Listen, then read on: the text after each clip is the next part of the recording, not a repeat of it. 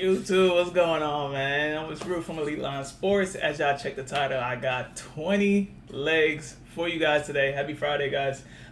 We did pretty well the past 2 days. We've been hitting over 50%. A few DNPs, a few injuries, but however, we are still hitting over 50%. So make sure that you guys check it in. I got 20 legs for you guys. So without further ado, let's get into it and let's get into some money today. You dig what I'm saying? Happy Friday. Happy Friday. So, first off, we're going to kick it off with Cade Cunningham and the Pistons versus the Cavs. I get it. Cavs are dismantled. Donovan Mitchell is out. They have played not too long ago, right? With them playing 12 and 27. But I'm going to go with the assist here. The assist was at 9.5 when I did my research for this video. They just now bumped it to 10.5, but I still personally like it. When Cade literally plays middle of the pack teams, which is what the Cavs are. When he is home, however, again, 2 out of 10 doesn't look enticing, but just, I mean, again, this was at 9.5, so it kind of changes up the looks now. 10, 10, 5, 11, 10. So he's teetering at 10. I would kind of teaser this down to like 9.5, like, because that's what the research I did with. It did say that.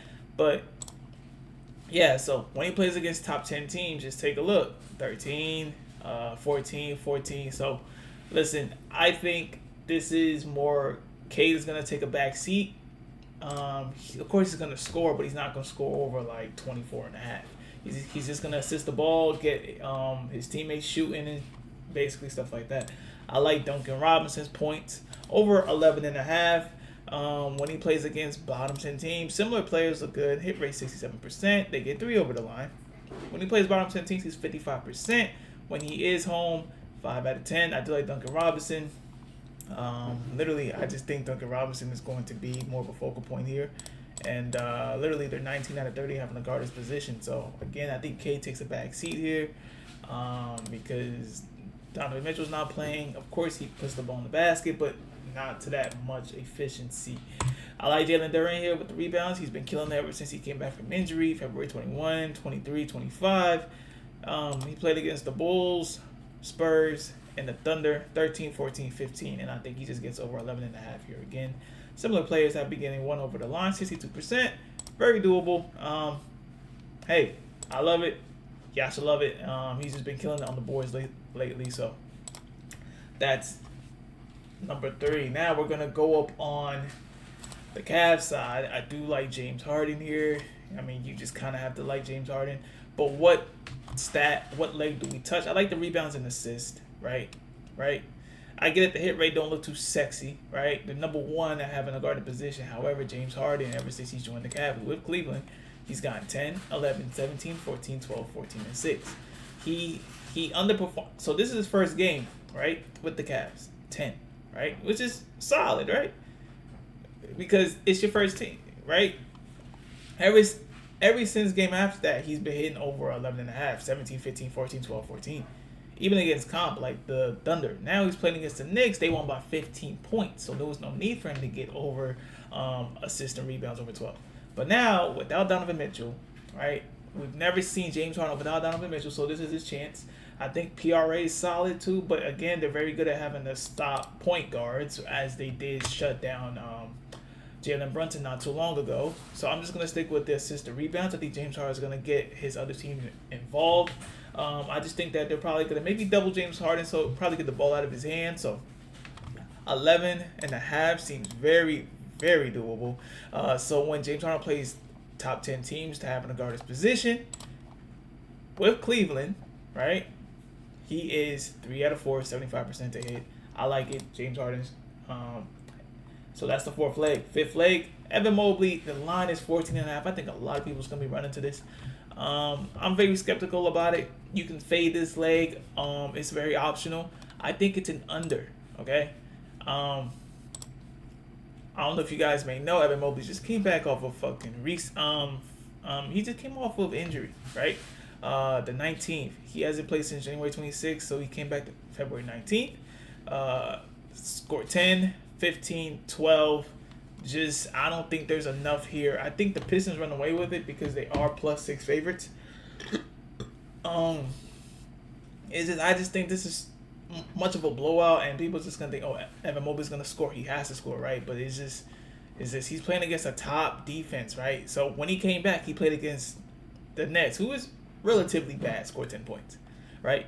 Played against the Thunder, ranked 14, and he scored 15, right? They're ranked 14 out of 30 at having to guard Mobley's positions, and he scored 15. Then they won by 15, played the Knicks. They were 12 out of 30 having to guard position. Now he's playing against a harder defense, 5 out of 30. I don't think he gets 15. So I'm going with the under here, 14.5 as the 5th leg, and that's my first same game parlay. Next up, we got the Nets and the Celtics. Blowout potential here, but I think JB here does get his 28. 28 is very doable, so just kind of book that in. It's Jaylen Brown. They did lose by 20 points against the Nuggets last game, and I think Jaylen Brown wants to make a statement here. If he wants to win MVP, he has to kind of put in games where he has to score the rock even in a blowout. He played against the Nets 3 times, 29, 26, 27, so he's right around that 27 and a half. I do think he does get that, especially coming after a loss, right? So I think Jaylen Brown kind of wants to be like, hey, you know what I mean? I'm still here, and I should become the MVP. So Jaylen Brown's going to want to... So 27.5, Jaylen Brown, very doable. Derek White, I like the threes. I know they're 2 out of 30, but let's just be honest, the Nets are bad. So literally 68%. Just kind of book Derek White threes. Very optional there. However, I do like Nikola Vucevic over 6.5 rebounds. When he played against top 10 teams, he's 76%. However, with his only, let's just count the stats with Boston. He's got 6, 8, 8 when he played against top teams. Top 10 teams just having to stop him grabbing rebounds. So I like 6.5. Seems like a very lock to me. And then Peyton Pritchard, you just gotta touch every player from the Boston. I'm just gonna fade the Nets like entirely. They're 22 out of 30 having to guard. Stop the assist. He's 11 out of 20 in the past 21 games, 55% when having to play bottom 10 teams. And since they are home, let's just put that 4 out of 9, just a tad bit under 50. Let's just kind of go with that. And similar players, let's go 60%, and similar almost to 1 over the line. So I do like Peyton Pritchard getting his assists. So those are the 4 legs. Derek White threes, Jaylen Brown points, Vucevic rebounds, and Peyton Pritchard's assists. Next up, we got Knicks at Bucks. I like Jalen Brunson's threes. Jalen Brunson's threes looks very good, actually. I did do the research. 52%, 11 out of 21 out of the past 21 games. Similar players I got on 3 over the 4. Hit rate 75%. Shea Gilgeous-Alexander and Cade Cunningham. He is a volume shooter from the 3 points. They're 26 out of 30 having the guarding position. When Jalen Brunson plays that, he's 70% having to hit his line, and he is away. So let's do those numbers, 50%. So I do like it. I think Jalen Brunson just had literally he played against the Cavs, who are 20 out of 30. Now he's playing against a team that's 26 out of 30 having to guard the three ball. So I do like Jalen Brunson. And I like Karl Anthony Towns rebounds. Karl Anthony Towns, similar players, the hit rate is 50%. Looks good. When he plays against teams that's bottom 15, he's literally 66% out of the past 21 games. They are away, so now 70%. Literally it's the same numbers. You just can't go wrong with Karl Anthony Towns rebounds. And they are visiting the Bucks. The Bucks have not been too bad as of recently. And then last but not least, for this one, I got Mikal Bridges. Not really too much of a fan of Mikal Bridges because he has burned us a few times. However, if the numbers scream this much positive, bro, this much green, I'm going to run to it every single time, bro. I'm just going to put my ego to the side. Similar players have gotten 3 to 4 over the line. Hit rate is over 50%, 58% exactly. 23 out of 30 having the guard position for Mikal Bridges. When he plays against bottom 10 teams in the past 21 games, he's 66% having to hit his line. Now, let's go to away. It's over 77% chance, close to an 80% chance of having to hit over 13.5. His line was at 14.5 before. I do like it now, 13.5. Book it. I think this is probably one of the best bets too from that. And I'm gonna give you guys one of my favorite bets. All right. I didn't really do too much research about it, but I can kind of tell you exactly which one's my favorite bets of the slate out of these 20 legs. We are 1 for 1 for that, by the way, because we did give out a favorite play yesterday. It was Kevin Durant. Kevin Durant smashed for us. So next up, we got Mavs Grizzlies at Mavs. We got Brandon Williams. Probably, I would say this is one of my favorite bets of the night. I get it, the hit rate doesn't look too sexy, but don't let that deter you away. The same way that Kevin Durant didn't look too sexy, but at the same time, he hit for us crazy, right? I think he scored like 40 points. 28 out of 30 having a guarded position without Cooper Flag being on the court. Just look at these games. Literally 18, 22, 17, 15, and 16 against bottom 10 teams. Now, they are home. Let's put it this way. 2 out of 3, 66%. And he's literally, this hook is probably the only reason why people probably, like, this should be literally 100%.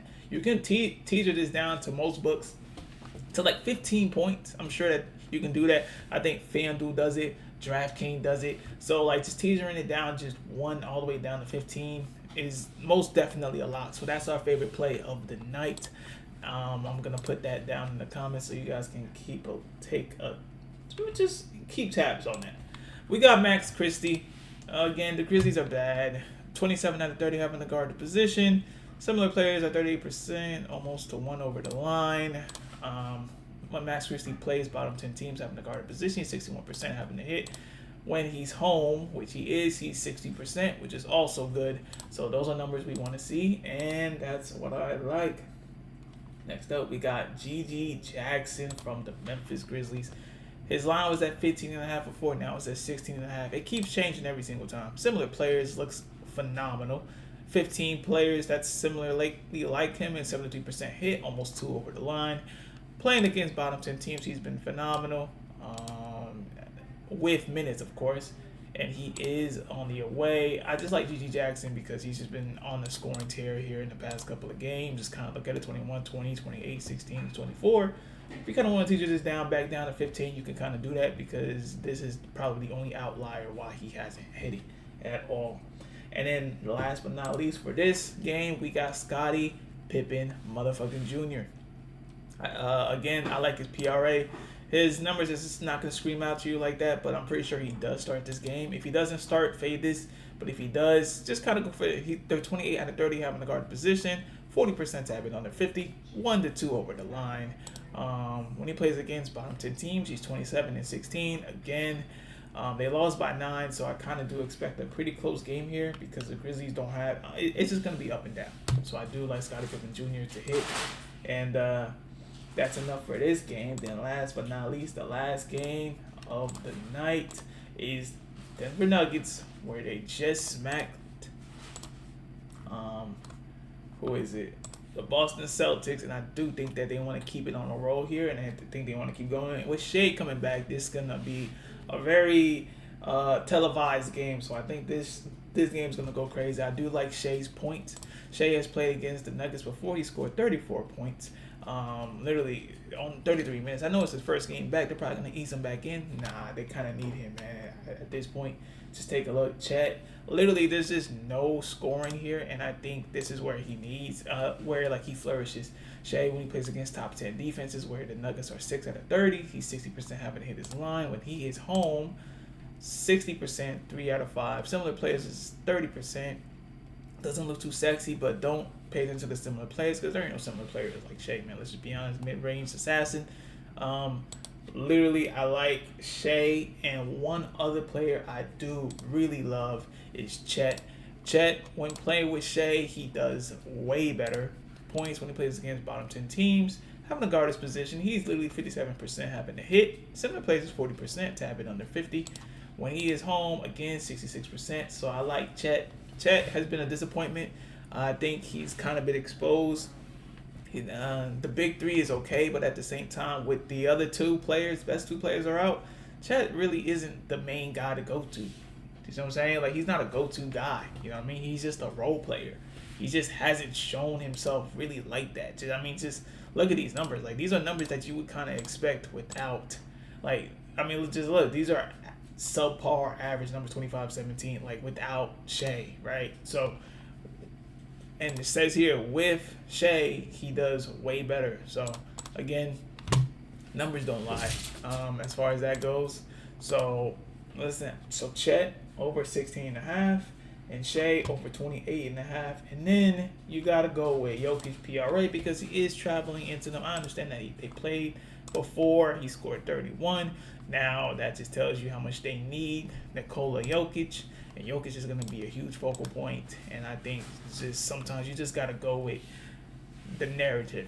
You know what I mean? They just beat the Celtics for 20, and they're going to make this a game. And this is a battle of the Western Conference fucking Titans. Like, do you see what I'm saying? Like, this is a team that y'all need to worry about. So when Jokic is the away, plays against a top 10 team, which are they are 9 out of 30.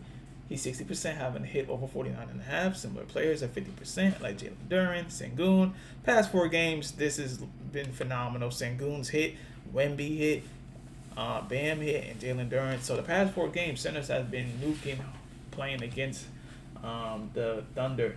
So I do like that. And another one that I do like is Tim Hardaway Jr.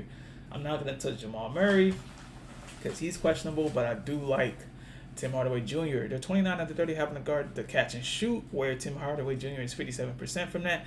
Past 4 games, similar players have hit: Duncan Robinson, Sam Merrill, AJ Green, and Royce O'Neal. Now let's do the numbers here. When he plays against a top 10 team, now this is surprising. Hold on, the past 21 games, he's gotten 66% hitting over 12. When he plays against top 10 teams, however, in the past 71%. Now, because now the Thunder is 7 out of 30. Now they are away. You can't run away from that, bro. I'm not gonna lie to you. 90% when he's away and he plays against top 10 teams, Tim Hardaway Jr. has hitting over 90% of the time. And his line's at 11.5 strictly because of this hook. I'm trying to tell you. Now, if you dumb this down to at least 10 points, he's going to hit that every single time, bro. Like, that's a lock. So, I do like 11.5. So, that's probably one of my... You know what? Let's go with 2 favorite plays of the night. Tim Hardaway Jr. is one for the late game. And then we got Brandon Williams against the Grizzlies in a fast-paced game. So, those are my 20 legs for you guys. I hope you guys liked it. Hopefully, it brings you some fortune for tonight. So that we can go into the weekend, with some cash. So good luck to every single one of you guys. If you guys don't want to do not do the whole 20 legs as a parlay. Do not do that. Break these up. I kind of separated them into 4 to 5 legs per game. If you want to pick and choose like 1 or 2 from each, you can do that. So be sure to be on the lookout because later somewhere in the night I will put the recap in the comments to let y'all know how we did. And hey man, let's get into it. And happy Friday, guys. Appreciate y'all for tuning in, and I'll catch y'all in the next one.